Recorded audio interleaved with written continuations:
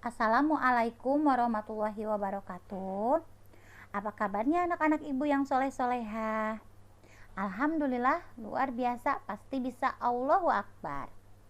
Ibu berdoa kalian selalu dalam keadaan sehat walafiat ya. Hari ini kita akan belajar tematik tema B. Persatuan dalam perbedaan. Mata pelajaran IPS dengan KD 3.4, memahami makna proklamasi kemerdekaan, upaya mempertahankan kemerdekaan, dan upaya mengembangkan kehidupan kebangsaan yang sejahtera.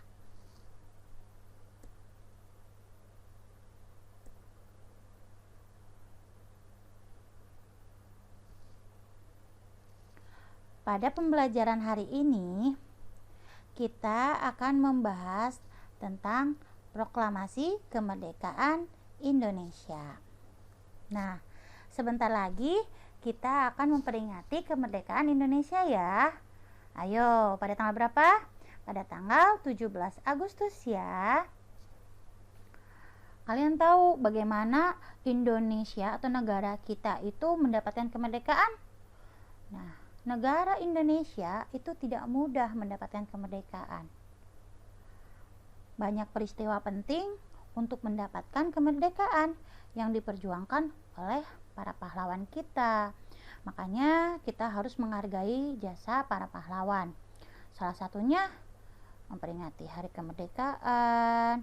Kalian sebagai pelajar, apa? Yaitu belajar dengan sungguh-sungguh.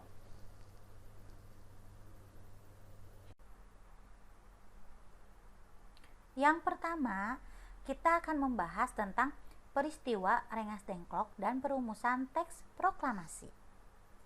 Apa sih peristiwa Rengas Dengklok dan apa yang melatar belakangi terjadinya Rengas Dengklok? Peristiwa Rengas Dengklok adalah peristiwa yang terjadi menjelang proklamasi kemerdekaan Indonesia. Diawali pada tanggal 6 Agustus tahun 1945, kota Hiroshima di Jepang dibom oleh sekutu. Kemudian dilanjut pada tanggal 9 Agustus 1945, kota Nagasaki di Jepang dibom juga oleh sekutu.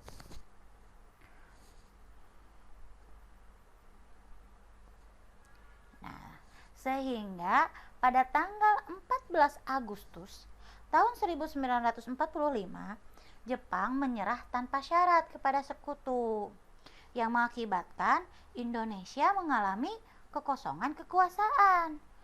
Dan berita-berita kekalahan Jepang terhadap sekutu diketahui oleh kalangan pemuda bangsa Indonesia.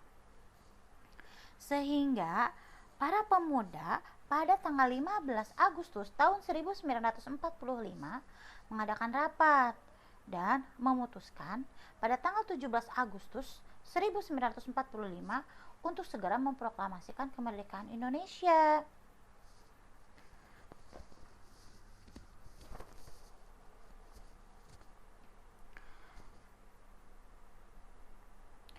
Nah, namun keinginan tersebut ditentang oleh golongan tua yang diwakili oleh Insinyur Soekarno dan Hatta.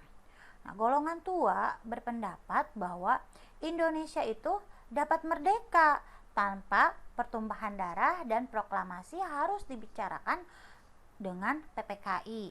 Nah, PPKI itu adalah Panitia Persiapan Kemerdekaan Indonesia. Tetapi golongan muda tidak sependapat dengan golongan tua.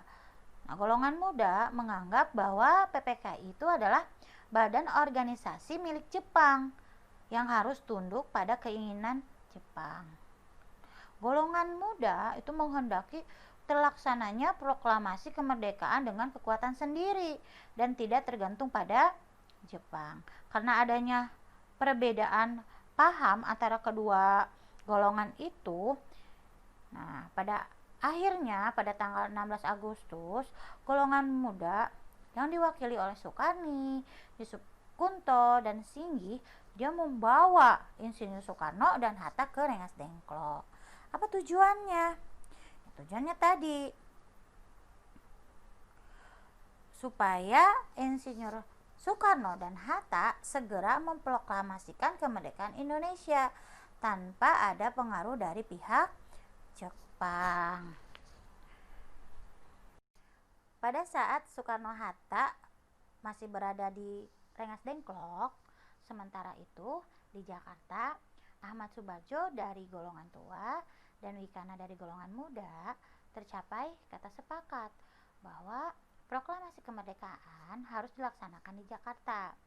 Dan Ahmad Soebardjo memberikan jaminan bahwa selambat-lambatnya hari esoknya tanggal 17 Agustus tahun 1945 Soekarno-Hatta akan memproklamasikan kemerdekaan Indonesia. Nah, atas keputusan tersebut, Soekarno-Hatta dijemput dan dikembalikan lagi ke Jakarta menuju rumah Laksamana Tadasi Maeda. Untuk apa? Untuk merumuskan teks proklamasi. Adapun tokoh-tokoh yang berperan dalam perumusan teks proklamasi, yang pertama itu ada Laksamana Tadasi Maeda, karena perumusan teks proklamasi dilakukan di rumahnya. Terus ada perumus teks proklamasinya, itu dirumuskan oleh 3 orang, Insinyur Soekarno, Dr. Andes Muhammad Hatta, dan juga Ahmad Soebardjo, yang disaksikan oleh Sayuti Melik, Soekarni, PM Dia, dan Sudiro. Kemudian teks proklamasi diketik oleh Sayuti Melik. Nah, ini tokoh-tokoh yang berperan dalam perumusan teks proklamasi ya. Sekarang detik-detik proklamasi. Teks proklamasi ditandatangani oleh Insinyur Soekarno dan Muhammad Hatta atas nama bangsa Indonesia, dibacakan di Jalan Pegangsaan Timur nomor 56 Jakarta, dan sekarang disebut Jalan Proklamasi. Proklamasi itu dibacakan pada hari Jumat jam 10 pagi pada tanggal 17 Agustus tahun 1945 yang dibacakan oleh Insinyur Soekarno. Dan sekarang setiap tahun kita memperingati Hari Kemerdekaan ya. Adapun tokoh-tokoh juga nih yang berperan dalam proklamasi, yaitu ada Ibu Fatmawati. Ibu Fatmawati itu adalah yang menjahit bendera merah putih. Kemudian ada juga pengibar bendera merah putih, yaitu Suhud dan juga Latif Hendra Ningrat. Nah, sekarang ini adalah contoh dari teks proklamasi ya. Teks proklamasinya. Yuk kita sama-sama mendengarkan pembacaan teks proklamasi.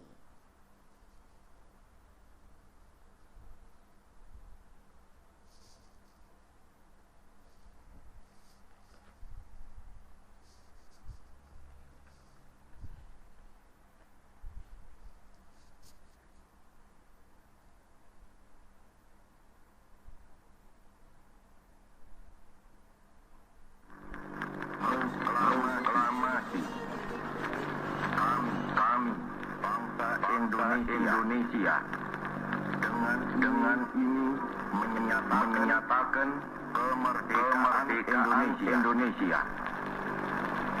Hal-hal yang mengenai pemindahan kekuasaan dan lain-lain diselenggarakan dengan cara saksama dan dalam tempo yang sesingkat-singkatnya. Jakarta, 17 Agustus 1945, atas nama Indonesia, Soekarno, Hatta.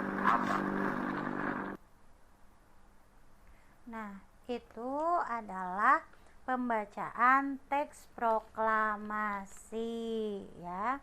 Alhamdulillah sekarang kita itu udah merdeka ya. Bayangkan kalau sampai saat ini kita masih berada di bawah penjajahan bangsa-bangsa lain. Apa yang akan terjadi? Kita tidak bisa sekolah, tidak akan mendapatkan kerjaan yang layak ya.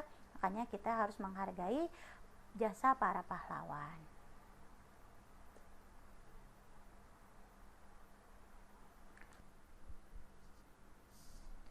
Karena banyak perjuangan yang sudah diberikan oleh para pahlawan untuk kemerdekaan Indonesia, maka proklamasi kemerdekaan itu memiliki makna yang sangat mendalam untuk bangsa Indonesia.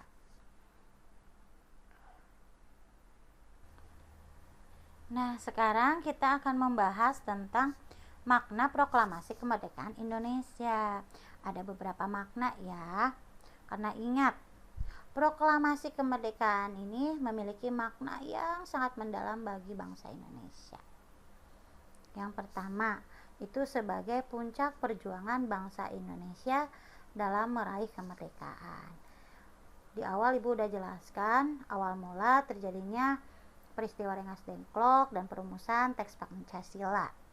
Itu karena kota Hiroshima dan juga kota Nagasaki di Jepang itu dibom oleh sekutu, sehingga Jepang itu mengakui kekalahan.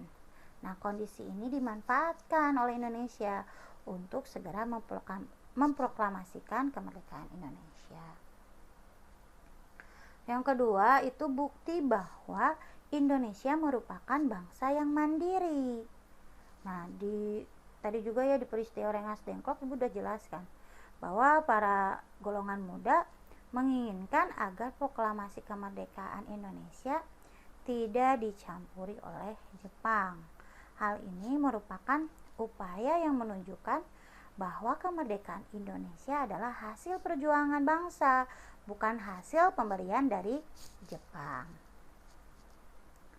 Yang ketiga yaitu menandai lahirnya bangsa Indonesia sebagai bangsa yang merdeka. Kehidupan masyarakat yang sengsara selama masa penjajahan itu membuat bangsa Indonesia bertekad menjadi bangsa yang merdeka. Nah, peristiwa proklamasi kemerdekaan pada tanggal 17 Agustus 1945 itu menjadi pernyataan atas kemerdekaan bangsa Indonesia dari para penjajah. Yang keempat, itu untuk mendapatkan pengakuan dari dunia luar. Nah, pembacaan teks proklamasi kemerdekaan oleh Soekarno itu menjadi pengumuman kepada dunia bahwa Indonesia itu telah merdeka dan sejajar dengan negara-negara lain sebagai bangsa yang berdaulat. Keadaan ini diikuti dengan pengakuan dari negara lain. Nah, negara yang pertama yang mengakui kemerdekaan Indonesia adalah negara Mesir, kemudian diikuti oleh negara-negara lain. Yang kelima yaitu landasan untuk bersikap terhadap dunia. Setelah proklamasi kemerdekaan, bangsa Indonesia menjadi bangsa yang merdeka dan bebas untuk menentukan sikap terhadap dunia. Dan Indonesia juga berhak untuk ikut serta dalam organisasi negara-negara di dunia seperti PBB dan juga ASEAN ya. Nah, itu adalah makna proklamasi kemerdekaan Indonesia. Sekarang kita itu harus bersyukur dan menghargai jasa para pahlawan karena saat ini kita sudah merdeka, bisa melakukan apapun yang kita inginkan. Nah, alhamdulillah materi untuk pembelajaran hari ini telah selesai. Untuk latihannya, yang pertama kalian kerjakan halaman 4 nomor 1 sampai 5 ditulis di buku tulis. Kemudian kalian tuliskan bagaimana sikap kalian sebagai seorang pelajar memaknai kemerdekaan. Kemudian tulis ya di buku tulis dan foto kirim ke aplikasi Moodle. Alhamdulillah Mudah-mudahan apa yang Ibu sampaikan hari ini dapat bermanfaat untuk kita semua. Wabillahi taufiq wal hidayah. Wassalamualaikum warahmatullahi wabarakatuh.